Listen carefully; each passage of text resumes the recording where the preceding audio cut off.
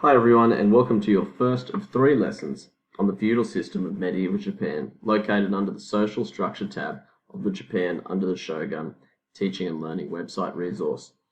Lesson 1 is about introducing you to the feudal system in medieval Japan, so let's jump right in with the success criteria.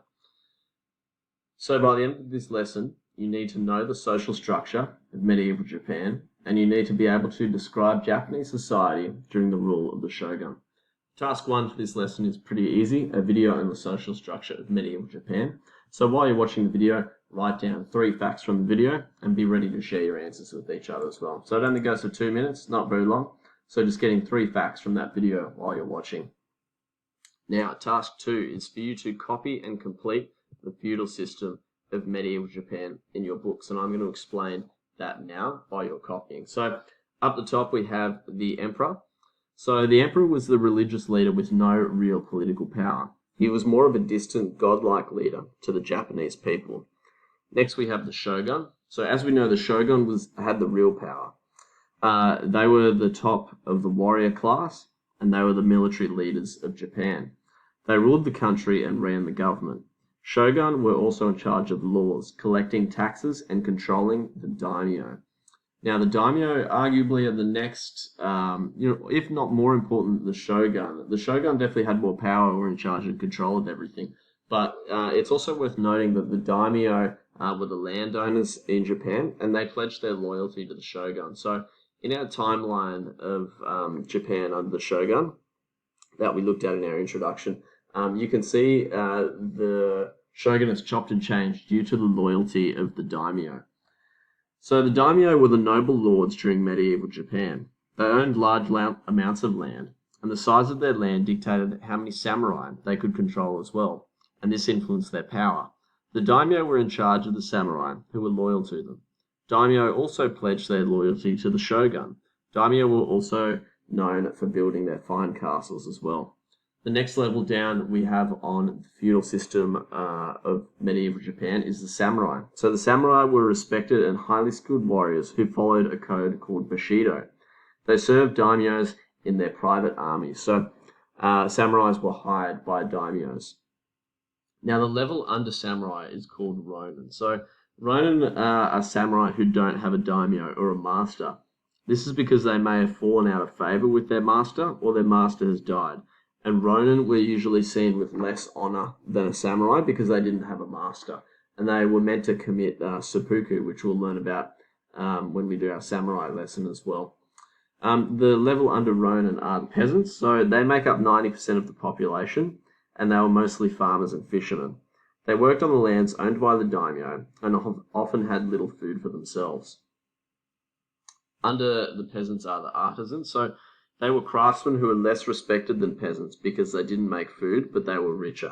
And then lastly, on the very bottom, we have merchants. So the merchants were the least respected because they made money by selling the goods that others made. So you can tell this system is also based on honor, a lot like the social structure of ancient China as well, where we have merchants and artisans on the bottom, because peasants were respected because they made food.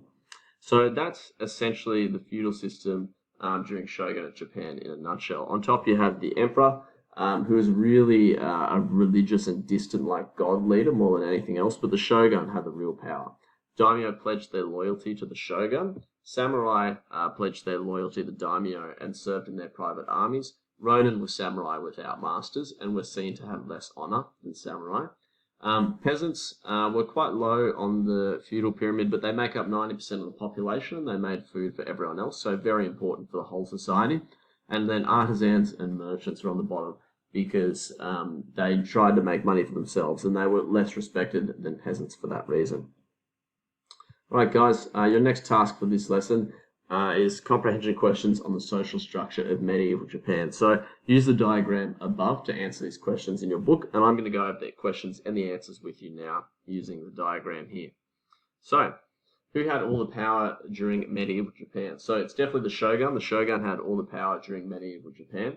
They ran the government and they also controlled all the daimyo, so they had more power than the actual emperor, even though the emperor was higher than them on the social pyramid.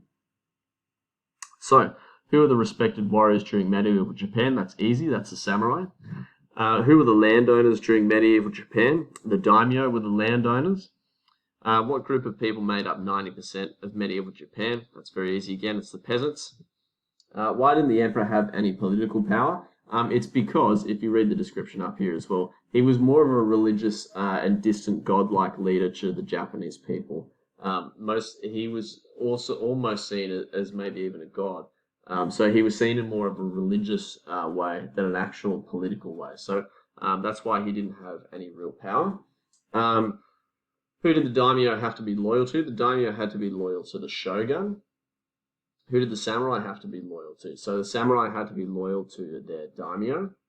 Who owned the land that the peasants worked on? Again, that's the daimyo because they were the landowners and they distributed the land. What two things influenced the daimyo's power? So if we look at the description here, we've got the size of their land and how many samurai they had dictated their power, just by looking at that description there. Who was in charge of laws and taxes? Again, that's the shogun. They were in charge of just about everything. Who was in charge of the military? Again, the shogun.